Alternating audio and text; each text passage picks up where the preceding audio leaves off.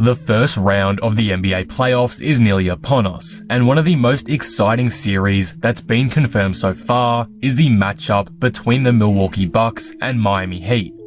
As we all know, these two had the crazy playoff series last season, where the Heat shocked everyone and blitzed the 1-seed Bucks in 5 games, so there's a lot of hype going into this round.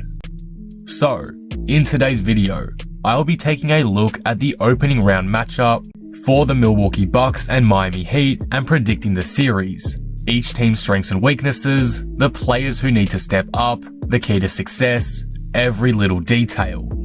Before we start, if you're new here and enjoy the video, be sure to subscribe. For more NBA content like this, I'm trying to reach 17,000 subscribers, so all support would be greatly appreciated.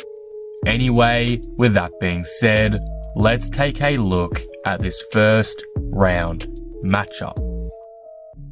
The Milwaukee Bucks have added new weapons to their arsenal this season in the form of Jrue Holiday, and with Giannis signing that extension, it's time to win now to prove he made the right decision. The Bucks were great again this season, though not as dominant as their 2020 form, but they are still likely to prove to be a challenge and mismatch for many other Eastern Conference contenders. With Giannis still in MVP caliber form, Milwaukee will be aiming to make a deep playoff run in 2021. The Miami Heat were quite disappointing in 2021, struggling with consistency, injuries, and more throughout the season. Lately though, they've picked up the steam and are now charging into the playoffs on a hot streak, winning 10 of their last 15 games. That is the form they want to be in. They're peaking at the right time, and they've sneakily moved their way up into the 6th seed, when at a point they look destined for the play-in tournament. The Heat shocked everyone from the 5th seed last year, and while it's going to take a ton of work to get back to where they were yet again, especially from a seed lower, this isn't a team I'd suggest counting out, so we'll see how they come out in round 1. With that being said though, let's take a look at the strengths and weaknesses for each team, starting with Milwaukee. The first big strength of the Bucks is their interior defense. Led by reigning Defensive Player of the Year, Giannis Antetokounmpo, and backed up by other elite rim protectors like Brook Lopez, the Bucks have been fantastic at defending the paint all season. Just to prove that, they only allowed their opponents to score 43 points per game in the paint, which ranks them 3rd in the league. Miami has plenty of inside weapons, namely Bam Adebayo, who was a crucial player in the upset last season, so stopping Miami from scoring inside will be a point of emphasis for this series, or at least it should be, in my opinion. Another strength of Milwaukee's that could be advantageous for them this round is their shooting. They currently rank top 5 in the league in both field goal percentage and 3-point percentage, and this is in large thanks to Giannis, whose gravity opens up a lot of 3-point shots for his teammates, hence the high volume and effectiveness of attempts. Giannis and co are also great on the interior, and the team is made up of some solid mid-range shooters, so that will be beneficial for them too, come playoff time. As I'll go in more depth on soon, the Bucks now have Jrue Holiday, who will be able to increase the versatility of their offense in the playoffs. The shooting was great last season too for this team, but it was predictable where the shots were going to come from and how the Bucks were going to have their offense run. But this time around, I feel like things will be different, and it's why I have this as a major strength of theirs today, as if they can get their offense flowing with great looks, it'll be hard to slow them down over a 4-game span. So those are the strengths for the Milwaukee Bucks. But what about their weaknesses? The biggest weakness of the Milwaukee Bucks continues to be their perimeter defense, or the lack of defense when it comes to 3-point shooters. For a second year running, the Bucks have given up the most 3-pointers in the league, and teams have continued to shoot extremely well from 3 against them. The Bucks are 29th currently in the league in opponent 3-point percentage. The Miami Heat do have shooters like players like Tyler Herro, Duncan Robinson, etc. And while this year, their 3-point percentage as a whole has fallen off, ranking 19th in the league, whereas last year they were top 3, they can still be a deadly shooting team when given the chance, and if Milwaukee's defensive scheme does not change for this series, they will be given that chance. Milwaukee's interior defense must hold up this round, because if it doesn't, and they get killed from the 3-point line, I'm not sure how long they will last. So those are the strengths and weaknesses of the Milwaukee Bucks. But what about the Miami Heat? The Miami Heat's biggest strength is their interior defense, like Milwaukee. It's led by Bam Adebayo, who's quietly had a Defensive Player of the Year level campaign, and as a result, the Heat give up the fewest points in the paint per game in the entire league. This will be hugely important in a series against the Bucks, whose stars so heavily rely on paint dominance. Adebayo has the tools to slow down Giannis, and while this Bucks team is very different to teams previous, if Giannis can't get going inside, the Bucks become a lot more beatable. This area is of huge importance this round for the Heat, and it is why it's a major strength of theirs to key in on today. Another strength of the Heat's is their ball movement. The Heat are top 10 in assists per game and are around the middle ground for turnovers, so it's a solid assist to turnover ratio. Obviously, the playoffs slow the game right down, so having quick ball movement may become tricky later on in the series, but if the Heat can get the jump with this strength early on, the series may land in their favor. However, a big weakness for the Heat is their rebounding. The Heat are one of the worst teams on both the offensive glass and defensive glass, and that could come back to bite them in a 50-50 game. Sometimes matches come down to the rebounding battle, and if the Heat are continuously getting destroyed on the glass by Milwaukee, who by the way is one of the best rebounding teams in the league, they may be in a bit of strife. So those are the strengths and weaknesses of both teams. Let's now talk about a player from each team that needs to step it up this round in order to give their team the best chance to move on.